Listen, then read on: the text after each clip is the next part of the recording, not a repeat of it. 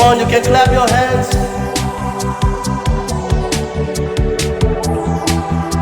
Terima kasih Tuhan buat pada pagi hari ini Tuhan. Kami dapat berkumpul lagi pada pagi hari ini untuk memuji menyembah-Mu Yesus. Haleluya.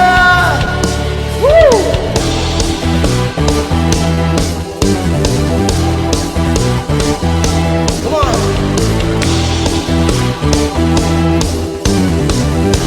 Sing it out. Segenap langkah kami tertuju,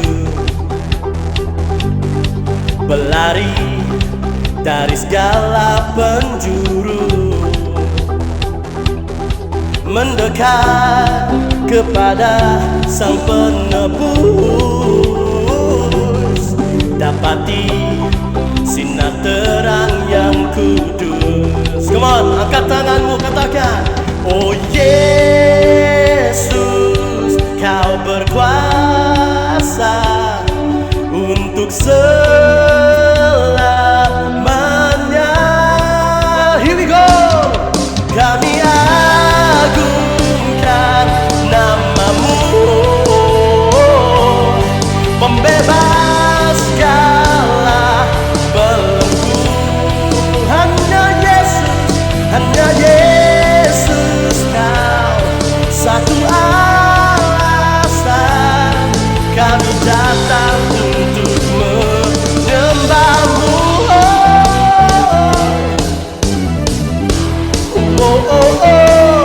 Segala ikatan telah terbuka dan setiap dosa telah Kau hancurkan.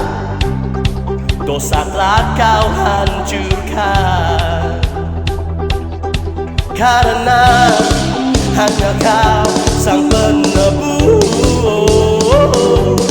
Sucikan dengan cahaya terang-Mu. One more time we declare this. Oh Yesus, Kau berkuasa untuk selamanya.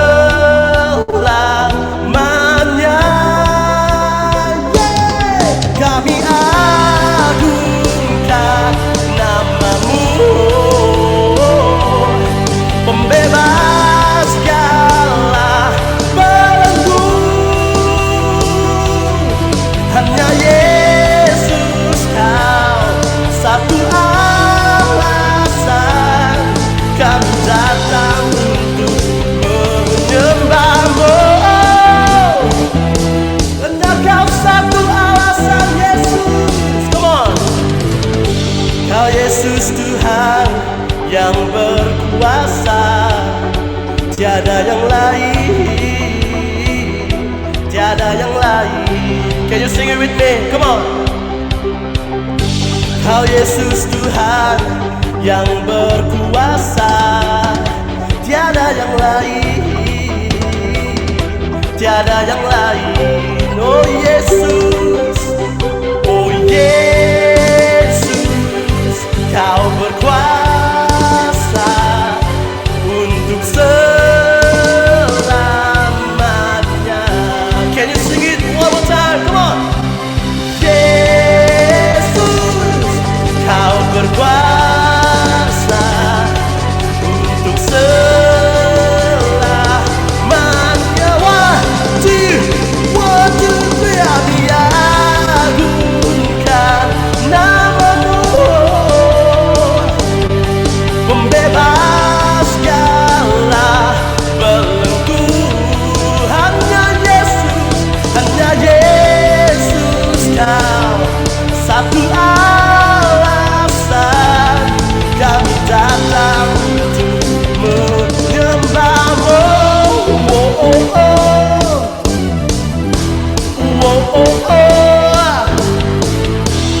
Rapapa.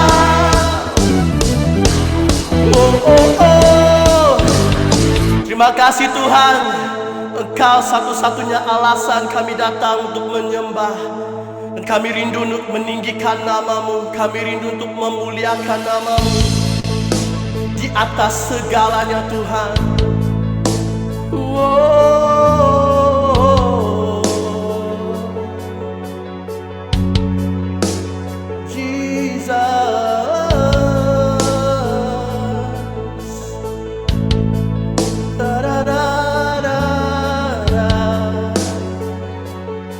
church, sing it out. Ku pandang kemuliaan-Mu, Imam besar maha agung. Kaulah pemilik hidup, Yesus Kristus Tuhan. Come on church. Sujud di depan takhta-Mu, taklukkan seluruh hidupku dalam tangan-Mu penuh, Yesus Kristus Tuhan. Come on, declare this with all your heart. Come on. Tiada satu pun yang luput dari karya kasih-Mu yang mulia. Bagi-Mu segala pujian, hormat, kemuliaan. Come on, sing it out. Engkau Tuhan ku tinggikan, yang bangkit dan menang, Yesus Kristus Tuhan. Raja mulia dan luhur, berkorban bagiku. Selamatkan jiwaku, Engkau selamatkan jiwaku, Yesus. Oh, sujud di depan takhta-Mu, taklukkan seluruh hidupku dalam tangan-Mu penebus, Yesus Kristus Tuhan. Dengan segenap hatimu, come on, just declare this if you believe this. Tiada satu pun yang luput dari karya kasih-Mu yang mulia. Bagi-Mu segala pujian, hormat, kemuliaan. Angkat tangan-Mu, come on, sing it out. Engkau Tuhan ku tinggikan, yang bangkit dan menang, Yesus Kristus Tuhan. Raja mulia dan luhur, berkorban bagiku.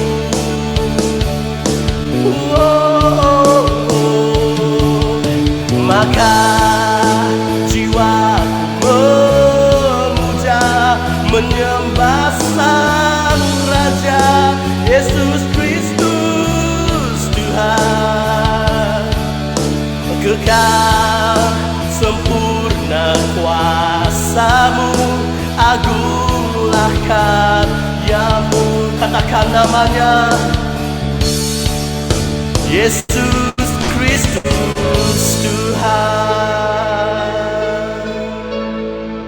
Agunglah karya-Mu, agunglah karya-Mu.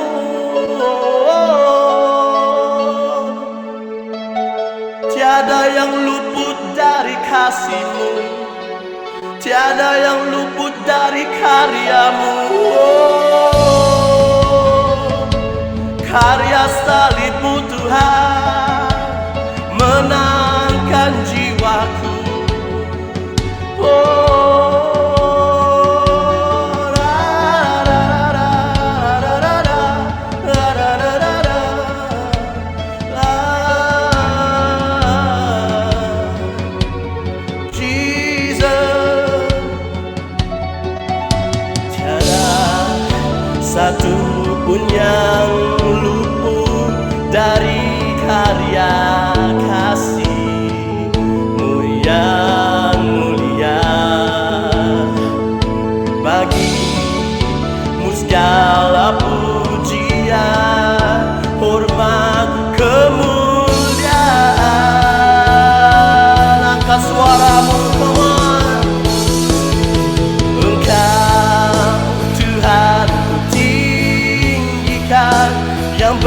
bangkit dan menang.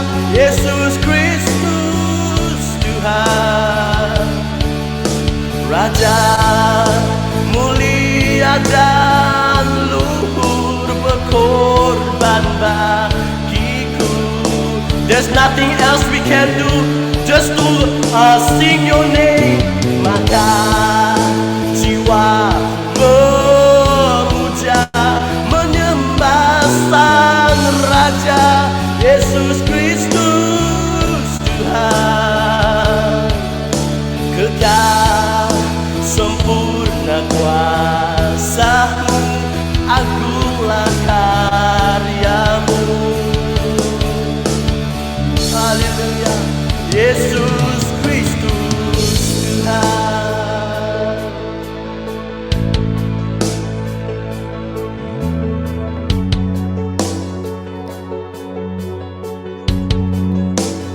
Oh,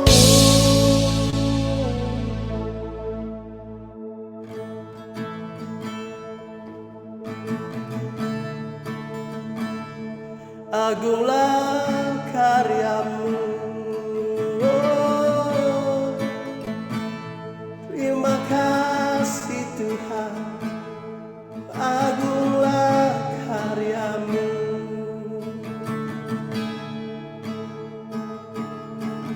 Tiada satu pun yang luput dari karya kasih-Mu yang mulia.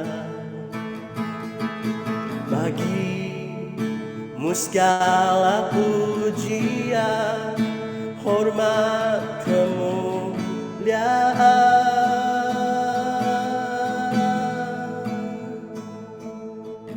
Engkau Tuhan ku tinggikan, bangkit dan menang. Yesus Kristus Tuhan, Raja mulia dan luhur, berkorban bagiku.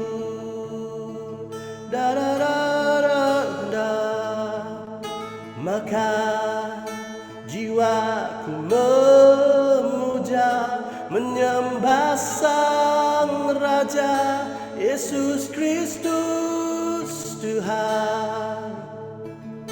Kekal sempurna kuasa-Mu, agunglah karya-Mu.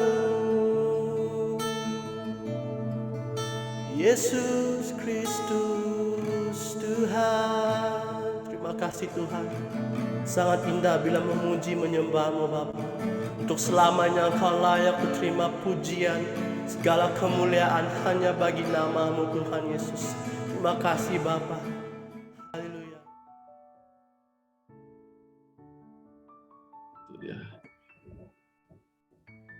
Oke, saya harap Anda boleh nampak slide saya. Oke, puji Tuhan. Jadi seperti yang mungkin Anda telah terima poster yang telah dikirimkan, tema kita pada bulan ini adalah berkaitan dengan priority, di mana ayat dasar daripada priority diambil daripada ataupun dipetik daripada Matius pasal yang ke-6 ayat yang ke-33. Jadi saya ingin membaca terlebih dahulu daripada bahagian ini. Oke, daripada ayat yang ke-25 Matius 6 sehingga yang ke-34, ayat ke-34. Matius 6 ayat ke-25 sehingga ke-34, ya. Nah. Oke. Karena itu aku berkata kepadamu, janganlah khawatir. Sebentar ya.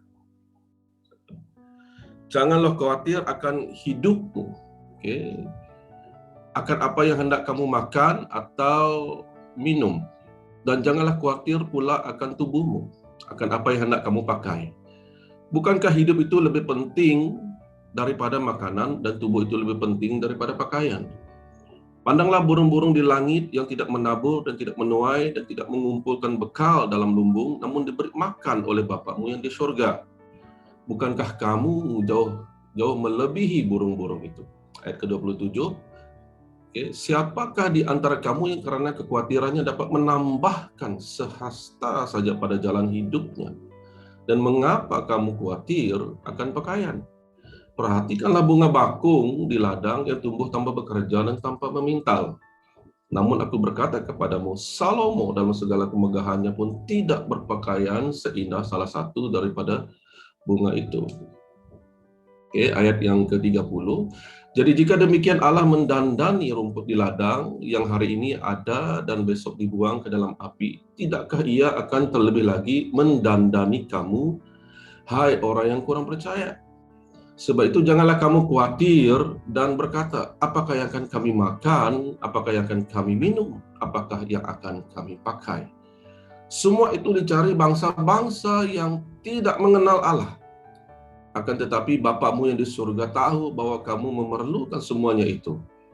Ayat ke-33, tetapi carilah dahulu kerajaan Allah dan kebenarannya, maka semuanya itu akan ditambahkan kepadamu.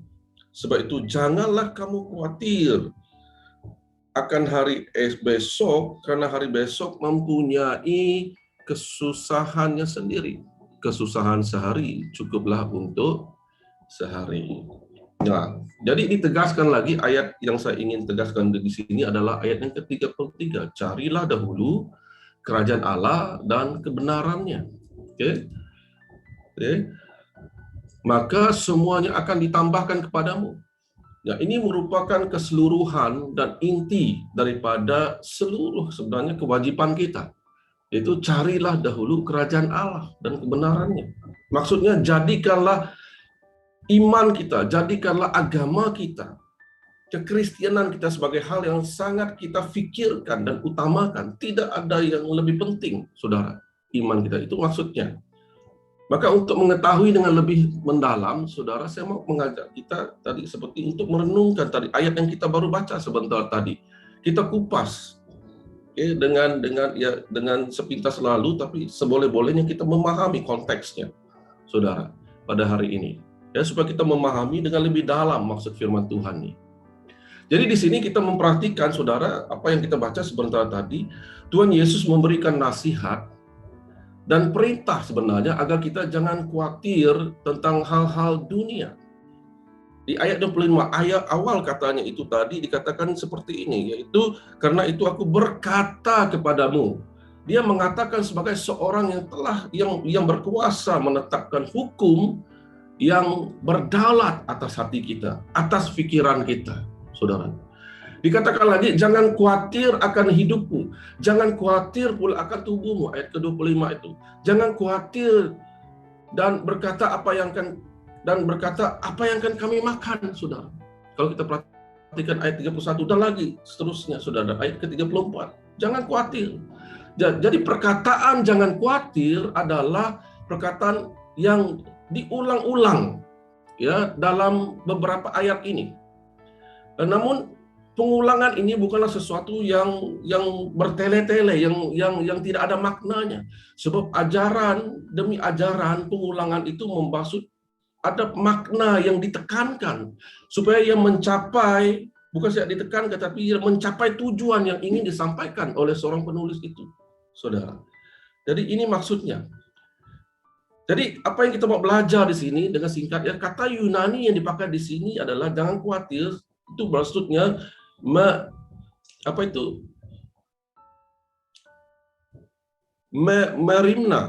merimna yang berarti sangat khawatir.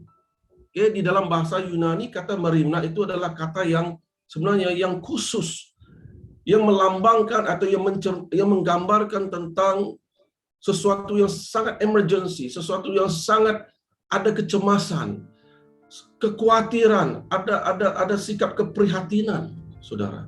Itu maksudnya. Sangat khawatir. Nah, kita ke ayat yang ke-31, saudara. Ayat yang ke-31 di sini, sebab itu janganlah kamu khawatir dan berkata, apakah yang akan kami makan, apakah yang akan kami minum, apakah yang akan kami pakai. Ayat ini merupakan perkataan Tuhan Yesus yang menyatakan bahwa kita ini jangan merasa khawatir.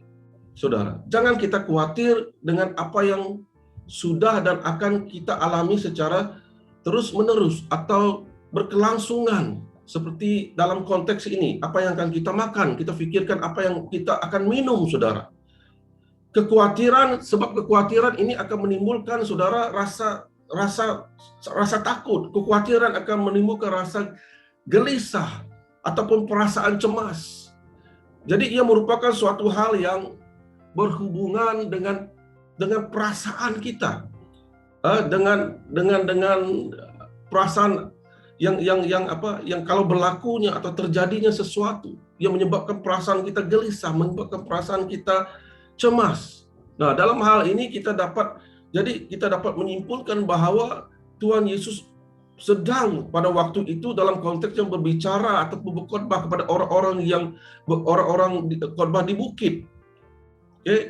Jadi yang mendengar khotbahnya supaya mereka jangan khawatir. Jangan khawatir tentang apa? Jangan khawatir tentang masa depan mereka. Karena kekhawatiran tidak akan mendatangkan sesuatu yang boleh mengubahkan masa depan.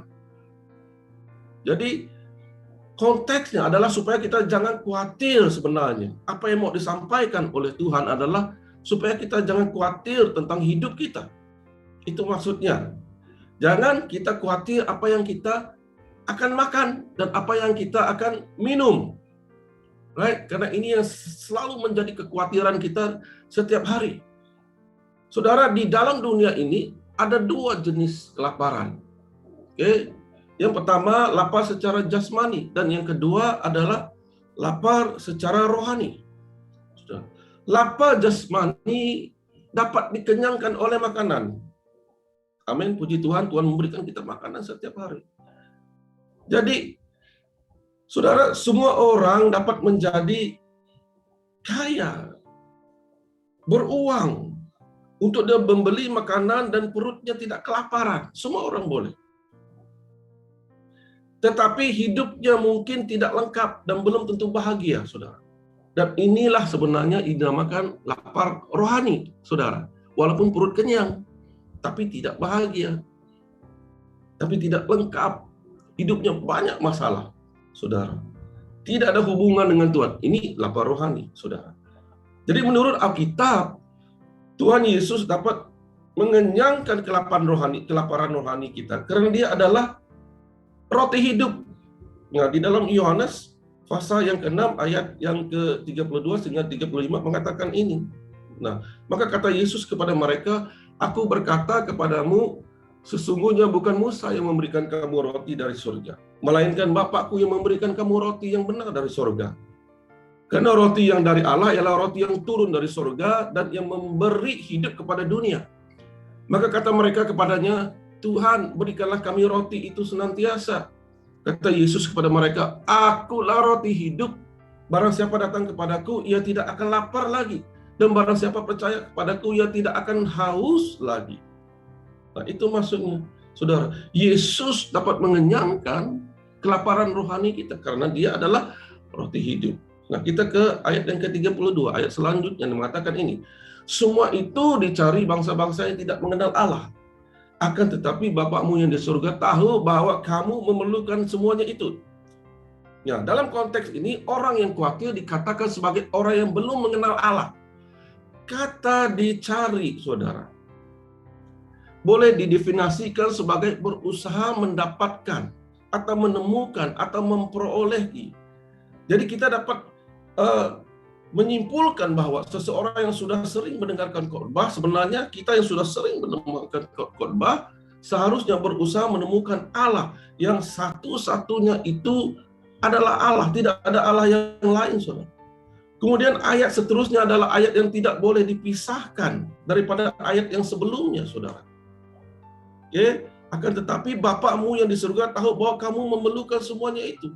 Tidak boleh dipisahkan daripada ayat yang sebelumnya, saudara. Ini merupakan kata yang diucapkan oleh Tuhan Yesus bahwa Bapa yang di surga sudah dan telah mengetahui apa yang kita perlukan. Maka kita tidak perlu khawatir, saudara. Karena dia telah dan akan terus-menerus mencukupkan keperluan kita dari semasa ke semasa, dari hari ke hari. Jadi ayat ini adalah Tuhan sedang berbicara menyatakan bahwa Dia tahu apa yang kita perlukan. Dan akan terus mencukupkan, bukan saja Dia tahu, tapi Dia akan mencukupkan apa yang kita perlukan. Sebelum kita memerlukannya, Tuhan sudah mengetahuinya. Nah, jadi semua bangsa-bangsa sebenarnya sedang mencari semua hal itu. Padahal Bapa kita yang di surga tahu bahwa kita memerlukan semuanya itu. Maka janganlah kita khawatir, saudara. Karena Bapa kita yang di surga telah dan akan terus-menerus mencukupkan keperluan kita. Amin, saudara. Nah, kita lanjut ayat yang ke-33. Apa dikatakan di sini? Tetapi carilah dahulu kerajaan Allah dan kebenarannya, maka semuanya itu akan ditambahkan kepadamu. Kata yang pertama adalah kata carilah. Atau saya boleh katakan di sini sebagai prioritikanlah. Ya, kata ini merupakan kata perintah sebenarnya yang harus dikerjakan dan tidak boleh tidak dikerjakan. Kata perintah dan harus dilakukan secara terus-menerus. Carilah apa yang harus kita cari, yaitu kerajaan Allah. Jadi sebagai orang yang sudah percaya kepada Tuhan, kita harus mencari kerajaannya secara aktif, sudah, yaitu terus-menerus dan harus mencarinya. Tidak boleh dicari, kita harus mencarinya karena ini adalah kewajiban, karena ini adalah priority kita yang paling terpenting, saudara, dalam kehidupan kita. Saudara, jadi tafsiran yang paling sederhana dalam ayat ini, ayat ke-33 ini, untuk kata-kata mencari kerajaan Allah ialah mencari untuk menjadi taat, saudara, kepada Allah. Bila kita taat, kita sudah sebenarnya dalam proses priority itu. Maksud Tuhan Yesus sangat jelas di sini. Kalau kita mengutamakan hidup kita dengan mencari kerajaan Allah, maka Allah akan memberi apapun juga keperluan kehidupan jasmani kita. Karena hal ini juga adalah priority untuk Tuhan kita, saudara. Dia memenuhi keperluan kita, memprioritikan keperluan kita. Dia sesekali tidak akan mengabaikan kita. Itu Allah kita. Jadi orang Kristen sudah diminta untuk mendahulukan kerajaan Allah dan kebenarannya atas semua perkara, atas segala hal, saudara. Kerajaan di sini bermaksud di sini apa? Authority. Itu authority. Kerajaan Allah adalah pemerintahan Allah sebagai raja yang berkuasa di surga ataupun di bumi, saudara. Jadi maksudnya bila kita ada priority, kita akan ada authority. Kita akan mendapatkan authority itu daripada Allah saat kita memprioritikan Tuhan, saudara. Amin, saudara. Jadi seterusnya kata kebenarannya, saudara, yaitu kita berusaha untuk mentaati perintah Allah, memiliki kebenaran Kristus, yaitu apa kebenaran? Akulah jalan dan kebenaran dan hidup, saudara. Masih ingat Yohanes 14 ayat 6? Kebenarannya adalah hidup kita sebenarnya tetap terpisah dari dunia. Kita hidup di dunia tapi terpisah dari dunia, yang bermaksud kita tidak hidup mengikut kebenaran dunia. Tetapi kebenaran Kristus, kita hidup oleh kebenaran Kristus dan menunjukkan kasih kita terhadap semua orang. Itu kebenaran, saudara. Saudara, kita harus selalu mencari kerajaan Allah, supaya kita dapat memprioritikan dengan sungguh-sungguh kepimpinan dan kuasa dan otoriti Allah ditunjukkan melalui kehidupan kita, saudara. Amin. Saudara. Jadi kita dapat berdoa agar kerajaan Allah datang dengan kuasa yang luar biasa. Untuk apa? Untuk menyelamatkan orang yang berdosa. Untuk menghancurkan kuasa iblis. Untuk menyembuhkan orang sakit. Menyediakan apa yang kita perlukan. Untuk meninggikan nama Yesus. Jadi berada dalam kerajaan Allah itu berarti memprioritikan kehendak dan otoriti Allah. Kasih yang besar dapat mengalahkan segala hal yang lain, saudara. Kasih yang besar, kasih Tuhan yang besar dapat menjadi sumber inspirasi dalam bekerja, dalam belajar, saudara. Mendorong kita untuk terus maju, membersihkan hidup kita daripada segala kekotoran, saudara. Dan juga menguasai seluruh keberadaan seseorang kehidupan kita, saudara. Dan kasih yang besar itu, kasih Tuhan yang besar itu hanya ada di dalam kerajaan Allah, kerajaan Tuhan, saudara. Amin. Nah, saudara-saudari, kita lanjutkan lagi, saudara. Ayat yang ke-34.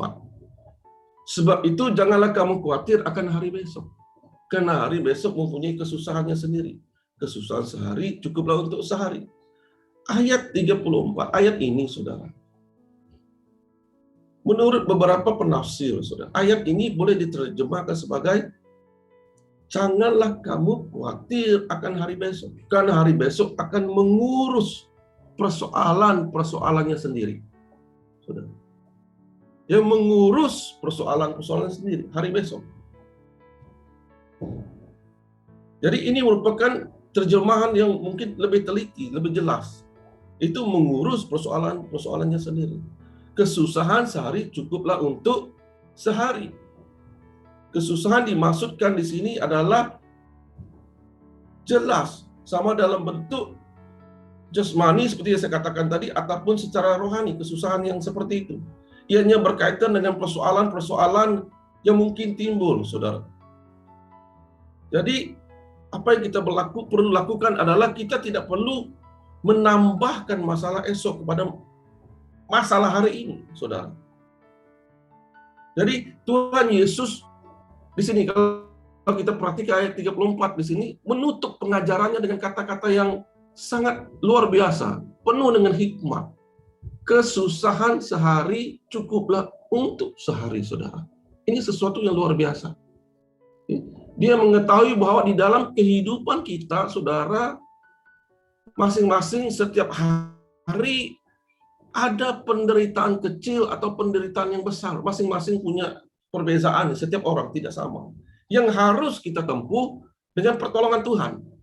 Karena jika kita cemas tentang hari yang akan datang, maka beban akan, maksudnya di situ akan menjadi lebih besar. Beban akan menjadi double, saudara. Akan menjadi lebih banyak, saudara. Maka melalui apa yang kita baca, firman Tuhan yang kita baca pada hari ini, kita mendapat pelajaran yang berharga, sangat berharga dari Yesus yang berkhotbah di bukit. Dari Tuhan kita Yesus Kristus.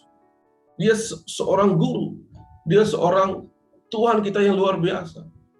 Maka selain daripada priority mencari kerajaan Allah dan kebenarannya, kita diberi pengajaran yang tegas, saudara-saudara, daripada Yesus, agar kita jangan khawatir. Sebab, kenapa saudara? Sebab Allah menyediakan apa yang diperlukan. Dia telah menyediakan apa yang diperlukan oleh kita semua, oleh umatnya, oleh gerejanya. Oke? Seperti Mazmur Daud di dalam Mazmur 23, ayat yang famous ini. Tuhan adalah gembalaku, takkan kekurangan aku, dikatakannya. Ya, kita mungkin pun tidak sempat sebenarnya menginginkan sesuatu jika kita menempatkan Allah sebagai gembala kita. Tidak sempat kita menginginkan sesuatu jika kita menginginkan Allah. Ya? Jika kita menempatkan Allah sebagai gembala kita, sudah tidak sempat. Nah, itu lebih baik keadaannya. Karena Allah kita adalah gembala yang baik, saudara. Ia menyediakan apa yang kita perlukan. Dan ia sentiasa memelihara kita, saudara. Menjaga kehidupan kita. Nah, maka kesimpulannya pada hari ini, dari pasal ini sangat jelas, yaitu mengajar kita untuk menentukan apakah priority kehidupan kita sebagai orang Kristen. Keutamaan hidup setiap masa adalah apa? Setiap masa kita adalah mencari kerajaan Allah dan kebenarannya. Ianya perlu dilakukan secara terus-menerus, karena kerajaan Allah adalah kerajaan yang aktif. Kerajaan Allah adalah kerajaan yang dinamik. Saudara, dalam kerajaannya Allah selalu memberikan pewahyuan yang selalu baru, agar kita dapat hidup relevan sepanjang masa. Tuhan tidak mau kita dibelenggu kekhawatiran yang tidak perlu. Karena iblis dan dunia kegelapan boleh mengambil kesempatan ke atas keadaan hidup kita pada hari ini, saudara. Dan justru mereka yang tidak memiliki kekayaan rohani, boleh menjadi mangsa dari kekhawatiran dan mungkin juga kehilangan iman mereka. Karena itu jangan khawatir. Jadi ini bukan satu larangan sebenarnya untuk mengantisipasi masa depan dan membuat perancangan. Bukan saudara, melainkan larangan untuk khawatir mengenai keperluan sehari-hari. Jangan salah paham saudara. Ya, saudara, bukankah hidup itu lebih penting daripada makanan? Karena hidup itu sendiri dan juga tubuh kita ini diperlengkapi oleh Allah sendiri. Apakah kita tidak juga mengandalkan Dia untuk memperlengkapi hal-hal yang tidak sepenting itu, saudara? Perhatikan ayat yang ke-26. Perhatikan burung-burung di udara, saudara. Saudara, perhatikan burung-burung di udara. Dialah yang selama ini yang memelihara burung yang tidak memiliki kemampuan untuk menabur, menuai, dan menyimpan, saudara. Betapa kita ini mempunyai semua kemampuan itu seharusnya lebih mengandalkan Bapa surgawi kita. Kemudian ayat ke-27 menambahkan sehata saja pada jalan hidupnya. Jadi ada terjemahan yang mengatakan ianya berkaitan dengan pertumbuhan fisikal. Contohnya, proses pertumbuhan anak menjadi dewasa. Menambahkan sehasta pada jalan hidupnya. Contoh, Tuhan yang berkuasa membuat pertumbuhan manusia, betul? Amin. Dia berkuasa untuk membuat kita daripada anak kecil menjadi dewasa. Dia berkuasa, saudara. Namun ada yang menerjemahkannya sebagai ukuran waktu hidup. Maksudnya Tuhan berkuasa memanjangkan kehidupan kita, memanjangkan umur kita ini. Nah, memang makanan itu penting bagi pertumbuhan dan kelangsungan hidup. Tetapi di dalam semua hal ini Allah lah yang berkuasa mengendalikannya. Itu ayat ke-27. Kemudian ayat 28, perhatikan bunga bakung. Bunga apa yang dimaksudkan di sini? Saudara. Tapi pastilah ianya merupakan suatu bunga yang sedang berkembang pada waktu itu. Sebab itu Yesus katakan di dalam ayat ini, perhatikanlah. Dia sedang menunjukkan kepada kita. Perhatikanlah. Kemudian ayat 29 dikatakan di sini, ayat ke-9, Raja orang Israel yang paling terkemuka. Di ayat yang ke-30, rumput di ladang, bunga bakung, maksudnya di situ bunga bakung yang baru saya disebutkan tadi, saudara, keindahannya begitu singkat saja, umurnya begitu singkat saja, yang tidak lama kemudian dia akan dipotong bersama rumput-rumput di sekelilingnya dan dipakai sebagai bahan bakar untuk memenuhi keperluan-keperluan semasa manusia, saudara. Nah, jadi di tengah-tengah situasi dan keadaan kita pada hari ini, COVID-19 ini, saudara, yang telah memberi kesan atau impact yang tidak baik terhadap kesehatan kita, terhadap ekonomi kita, terhadap sosial politik kita, maupun dalam pelajaran kita dan perhubungan kita, dalam pelayanan dalam gereja, dan banyak waktu yang tidak sebenarnya yang membuat kita tidak berkeuntungan, saudara. Jadi Tuhan berpesan kepada kita, janganlah kamu khawatir akan hidup. Jadi pada waktu Tuhan Yesus mengajak kepada muridnya pada waktu itu untuk tidak khawatir, saudara, sebenarnya hal ini masih relevan pada hari ini. Tuhan juga sedang mengajarkan agar kita tidak khawatir juga pada hari ini. Di tengah-tengah keadaan negara kita, seluruh dunia ini dalam keadaan yang tidak baik, mungkin juga di tengah keadaan rumah tangga kita, keluarga kita, pekerjaan kita kurang baik, pelajaran kita mungkin merosot, Tuhan mengajarkan kita pada saat agar kita jangan khawatir, saudara. Jadi dalam Matius 10, saudara, ayat ke-29, ini, bukankah burung pipit dijual 2 ekor seduit? Lukas 12 ayat 6, bukankah burung pipit dijual 5 ekor 2 duit?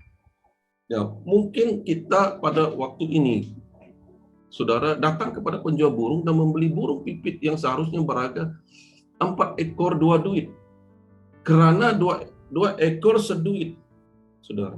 Tetapi ini justru diberikan 5 ekor burung pipit dengan harga 2 duit. Ini menandakan sebenarnya betapa tidak berharganya burung pipit itu sebenarnya, sehingga kita mengerti. Tetapi ayat selanjutnya mengatakan, kalau kamu baca ayat itu, saudara, dalam Lukas, sungguh pun demikian, tidak seekor pun daripadanya yang dilupakan Allah. Apakah maksudnya? Kalau burung pipit yang tidak berharga saja, keberadaannya tidak dilupakan Allah, apalagi kita dijadikan seturut dengan segambar dan rupa Allah. betapa berharganya kita di hadapan Allah. Tidak mengira siapa kita, apa latar belakang kita, pekerjaan kita, pelajaran kita, ekonomi kita. Tuhan sentiasa memperhatikan dan tidak pernah melupakan kita. Di dalam ayat 7, ayat 17 mengatakan, apakah gerangan manusia sehingga kau anggap agung, dan kau perhatikan, dan kau datangi setiap pagi, dan kau uji setiap waktu. Amin. Saudara, nah di hadapan Tuhan, setiap kita tidak ada yang lebih ataupun kurang. Semuanya sama berharga bagi kita. Nah, jadi khawatir itu sebenarnya adalah sesuatu yang bertentangan, berlawanan dengan iman kita. Kekhawatiran dapat melumpuhkan iman kita dalam mengikuti Yesus. Itu sebabnya kekhawatiran adalah sesuatu yang tidak berkenan kepada Tuhan. Dosa itu bagi Tuhan. Tuhan mengatakan bahwa kita harus berjalan dengan iman, bukan dengan penglihatan. Jadi seumpama ada dua tembok yang saling berhadapan, dua tembok seperti ini. Tembok yang satu berbicara tentang kekhawatiran, tembok yang satu berbicara tentang iman. Jika kita berjalan menuju tembok kekhawatiran, itu berarti kita membelakangi tembok iman. Begitu juga sebaliknya, jika kita mengarah kepada tembok iman, artinya kekhawatiran itu ada di belakang kita. Jadi Tuhan menghendakkan kita mengarahkan pandangan kita kepada tembok iman, dan apa yang kita imani itu pasti terjadi, saudara. Jadi saudara-saudari, bagaimana mungkin persoalan kita dapat diselesaikan jika kita khawatir? Dikatakan dalam ayat yang ke-27, siapakah di antara kamu yang karena kekhawatirannya dapat menambahkan sehasta saja pada jalan hidupnya? Kekhawatiran tidak akan mungkin dapat menyelesaikan persoalan, sakit, penyakit, dan pelbagai permasalahan yang kita hadapi. Sebab kekhawatiran kita justru menyebabkan iman kita menjadi lumpuh, saudara. Nah, kita mengerti bahwa hari-hari ini mungkin keadaan negara kita, kesehatan, keluarga, pekerjaan, dan usaha kita mengalami banyak kemerosotan, goncangan, pergumulan, saudara. Tetapi Tuhan berpesan untuk tidak khawatir. Sebab justru Tuhan hendak melakukan pada saat ini, Dia ingin melakukan pemulihan buat kita. Dari berbagai cabaran, pergumulan, goncangan, kemerosotan yang terjadi pada hari ini, saudara. Tuhan sedang membuktikan dan sedang mendemonstrasikan bahwa di tengah-tengah goncangan, kemerosotan, pergumulan, saudara, cabaran ini, Tuhan akan tetap memberkati. Tuhan akan memberikan perlindungan bagi umat-Nya. Firman Tuhan berkata, semua itu dicari bangsa-bangsa yang tidak mengenal Allah. Akan tetapi Bapa-Mu yang di surga tahu bahwa kamu memerlukan semuanya itu, saudara. Nah, jadi mereka khawatir. Orang yang tidak mengenal Allah khawatir karena mereka tidak mengenal Allah, saudara. Sementara kita anak-anak Tuhan, kita tidak perlu khawatir karena kita mengenal siapa Allah yang kita sembah, yaitu Yesus Kristus. Dia adalah Raja di atas segala raja, yang mencukupkan segala keperluan kita, bahkan memberikan jalan keluar dalam segala perkara yang kita hadapi. Saudara, ada seorang buta sedang basking di tepi jalan. Dikatakan dalam lirik lagu yang sedang dinyanyikan seperti ini. Burung nuri, katanya, terbang tinggi, katanya, saudara. Kemudian ada seorang penonton bertanya kepada si penyanyi buta tersebut, kenapa lirik lagu kamu menggunakan katanya? Saudara, ada perkataan katanya di situ. Jadi dengan spontan penyanyi buta itu berkata, saya tidak pernah melihat bagaimana rupa burung nuri dan bagaimana dia dapat terbang. Semuanya saya tahu dari kata orang. Sebab saya tidak dapat melihat, dia kata. Ya, apakah pelajarannya? Kita harus mengalami Yesus bukan karena kata orang, itu maksudnya. Tetapi kita harus mengalaminya secara pribadi. Sehingga pada waktu kita berada di tengah-tengah goncangan, pergumulan apapun, justru perlindungan, pemeliharaan, dan berkat Tuhan tetap ada di dalam kehidupan kita. Tidak cukup hanya mendengar khotbah, saudara. Tidak cukup hanya kita belajar firman Tuhan saja. Kalau selepas ini kita tidak ada inisiatif untuk mencari kerajaan Allah, maka Anda tidak dapat menemukan atau mengalami Allah seperti yang baru dikhotbahkan, seperti yang baru Anda pelajari tadi firman Tuhan, saudara. Maka di saat yang genting seperti ini, priority Anda akan menentukan bagaimana keberhasilan Anda di hari-hari yang akan datang. Jadi semestinya priority hidup kita sama ada waktu pandemik ataupun bukan. Alkitab sejak dari dulu sudah berpesan agar kita selalu mencari kerajaan Allah dan kebenaran. Dan pesan ini tidak pernah berubah bahkan sampai bila-bila, saudara. Inilah waktu yang paling tepat untuk kita menyadari betapa pentingnya kita mencari kerajaan Allah dan kebenarannya. Nah, di saat hidup kita sedang menghadapi pelbagai goncangan dan pergumulan hari ini, maka jangan abaikan panggilan kerajaan Allah, karena kerajaan Allah tidak akan pernah gagal, dan Dia, Yesus Kristus, adalah kepala dan Tuhan dari kerajaan Allah, akan memastikan kerajaannya tetap cemerlang, tetap gemilang, tetap menyala. Berarti kerajaan Kristus tidak akan mengecewakan Anda, saudara. Jangan khawatir, karena saat Anda khawatir, saudara, priority hidup Anda juga akan terbuka. Lama-kelamaan kalau tidak diatasi, ianya akan memudaratkan iman Anda. Saat iman Anda semakin goyah, kemerosotan prestasi hidup Anda akan mulai terjadi.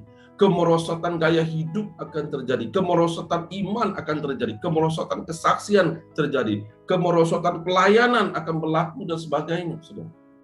Jadi ingat, kita ini masih sempat lagi untuk mengubah keadaan priority kita. Sekiranya priority kita sudah menyimpang daripada jalan yang sebenarnya. Jadi tanggung jawab rohani dan pelayanan kita, saudara, yang mungkin kita sudah tinggalkan dan abaikan, saudara. Ingat itu, saudara. Ini yang waktunya kita lebih serius untuk membaca firman Tuhan, saudara. Mungkin saat ini kita sudah tidak konsisten. Pelayanan kita abaikan, persekutuan kita abaikan, kita tinggalkan, kita kurangkan.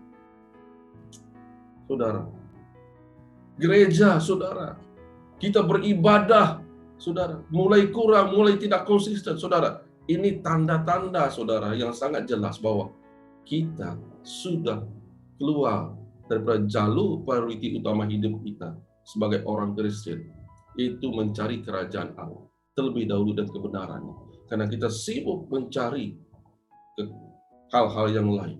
Karena kita sibuk melayani kekhawatiran kita, saudara. Jadi pesan saya pada hari ini, pesan firman Tuhan pada hari ini, kembalilah kepada priority hidup Anda, ada yang asal, yang telah Tuhan beri. Carilah kerajaan Allah dan kebenaran. Anda masih ada waktu untuk menentukannya, untuk membuat pilihan yang terbaik dalam kehidupan Anda. Amin. Jadi itu saja untuk kita pada pagi hari ini. Tuhan memberkati Anda semua. Saya harap Anda dikuatkan, Anda diteguhkan. Jangan khawatir, saudara. Saat Anda memprioritikan apa yang harus Anda prioritikan, Anda diberikan authority, saudara. Dan authority itu berkuasa untuk mengubahkan keadaan Anda sekarang itu. Jangan takut, jangan khawatir. Tuhan menyertai kita. Mari kita berdoa. Haleluya, selesai sudah ibadah online kita pada minggu ini. Kita ada beberapa highlights. Yang pertama ialah Jom Pray Together yang akan diadakan pada setiap hari Rabu pada pukul 8 malam. Link boleh didapatkan daripada leader gereja masing-masing. Yang kedua ialah Tithes and Offering. Anda boleh salurkan persembahan Anda secara online transfer ke akaun yang tertera di skrin Anda pada saat ini. Jangan lupa untuk kongsikan receipt transaksi kepada bendahari gereja cabang masing-masing. Itu sahaja highlights untuk minggu ini. Terima kasih, Tuhan memberkati. Stay home, stay safe. Jumpa lagi minggu hadapan.